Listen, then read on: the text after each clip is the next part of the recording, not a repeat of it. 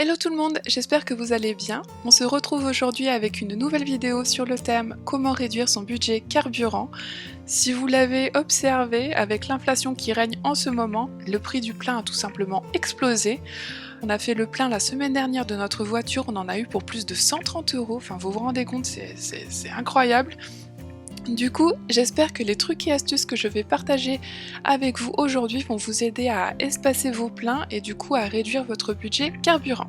Sans plus attendre, on démarre avec la première astuce qui est d'adopter une conduite souple, donc une conduite économique et écologique, aussi appelée éco-conduite. Donc le but de ce type de conduite, de maintenir un moteur en bas régime et une vitesse stable. On évite les coups d'accélération et de freinage brutaux. Par exemple, le fait de maintenir une vitesse ne demande que 15% de la puissance du moteur, par exemple pour une vitesse de 120 km/h. C'est vraiment peu. Ce qui consomme le plus de carburant, c'est simplement le fait d'accélérer soudainement ou de freiner brutalement. Donc anticipez au maximum. Aussi, sous ce même point, essayez de rouler un peu moins vite. Le fait de réduire sa vitesse simplement de 10 km/h représente une économie d'1 litre par 100 km. Et au final, on ne perd pas tellement de temps que ça. Le fait de rouler à 120 au lieu de 130 sur l'autoroute sur 100 km ne représente une durée augmentée de 4 minutes, donc rien du tout. Et le fait d'économiser 1 litre quand même n'est pas négligeable. Ensuite, astuce numéro 2. On entretient sa voiture, donc je vous encourage à faire votre révision annuelle et ne pas la manquer sous prétexte de faire des économies sur le budget voiture.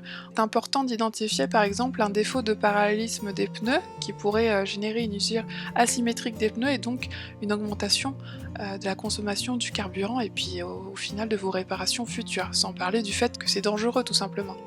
Il y a aussi les fuites de carburant, il faut vérifier les filtres, le niveau d'huile, enfin tout ça. Donc je vous encourage à ne pas sauter la révision de votre voiture sous prétexte de faire des économies, car vous le paierez plus tard et vous le verrez sur votre budget carburant. Ensuite, on s'assure de la bonne pression des pneus. Je pense que vous l'avez entendu, qu'on vous l'a répété 100 fois lorsque vous avez passé votre permis. Une mauvaise pression des pneus, donc une pression trop basse, génère une augmentation de 8% de la consommation du carburant. Et en plus de ça, un grand danger pour vous et les autres conducteurs.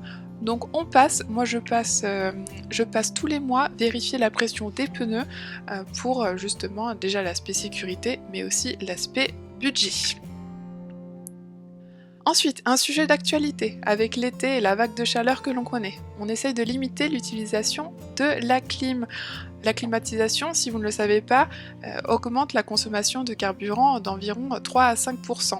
Par exemple, le fait de mettre la climatisation 5 degrés en dessous de la température extérieure augmente votre consommation à 0,3 litres pour 100 km. Et le fait de la mettre 10 degrés en dessous, alors là on passe pratiquement 1 litre aux 100 km, c'est énorme. Donc on essaye d'éviter de mettre la clim et d'utiliser simplement les fenêtres. Par exemple, ça peut être le fait d'utiliser la climatisation quand on prend l'autoroute et à contrario d'ouvrir ses fenêtres quand on est en ville. Ensuite, une autre astuce, toujours sur le thème de la clim, de mettre l'air en mode recyclage pour éviter que l'air que l'on a refroidi s'échappe dehors et qu'on ait à refaire le même processus avec l'air chaud. Bien sûr, on ne laisse pas le mode recyclage pendant des heures, mais sur des petits trajets, ça peut être une idée. Toujours sur la clim, on n'oublie pas l'entretien et le changement de la cartouche, parce que si la clim marche mal, on utilise du carburant inutilement. Ensuite, 5e astuce, on essaye d'acheter le carburant moins cher. J'ai 2 points. On essaie d'éviter d'être sur la réserve et du coup d'acheter le carburant le jour où il est le plus cher.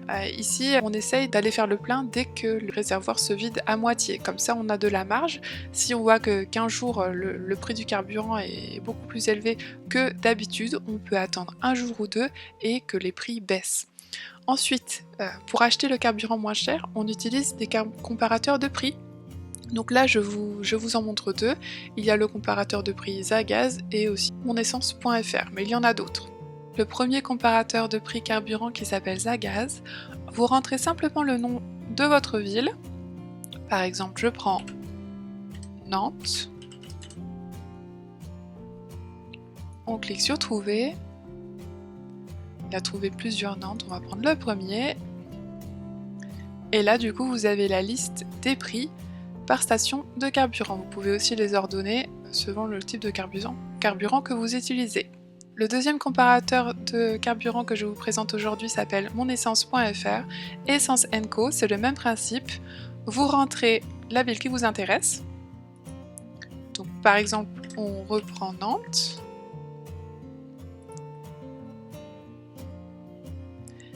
Et là, vous avez la liste des stations-service et le type de carburant qu'ils offrent. Si vous cliquez sur un type de carburant, par exemple, on va prendre le samplon 95, il va vous ordonner les stations qui offrent ce type de carburant du moins cher au plus cher. Donc bien sûr, on ne va pas faire des kilomètres et des kilomètres pour gagner quelques centimes, on reste raisonnable, on prend les stations qui se trouvent autour de nous, mais voilà, si on peut économiser quelques centimes par litre de carburant, c'est toujours ça de prix, et quand on a un réservoir de 50 litres, eh bien ça fait une sacrée différence.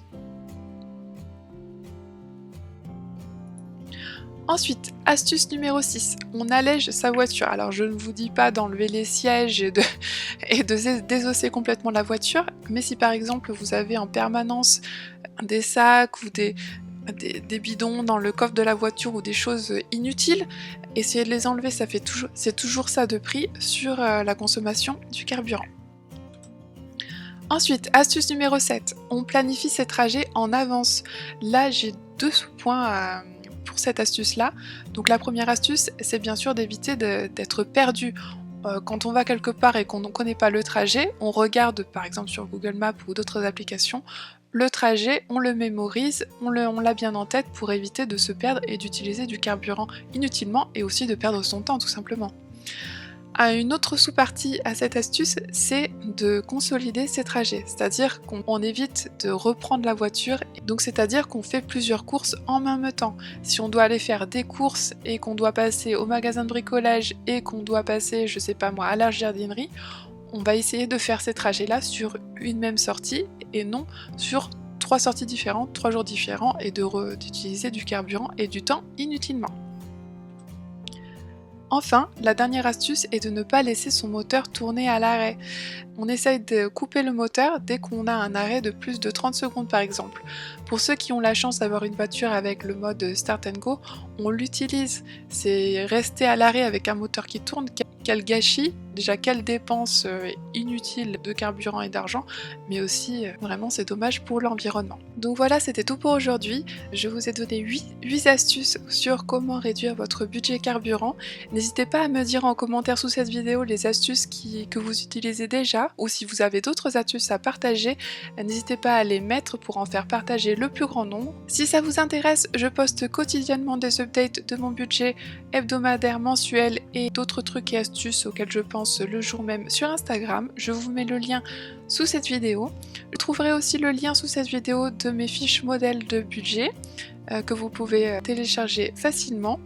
Si vous avez aimé cette vidéo, n'hésitez pas à vous abonner à ma chaîne et à mettre un petit pouce vers le haut.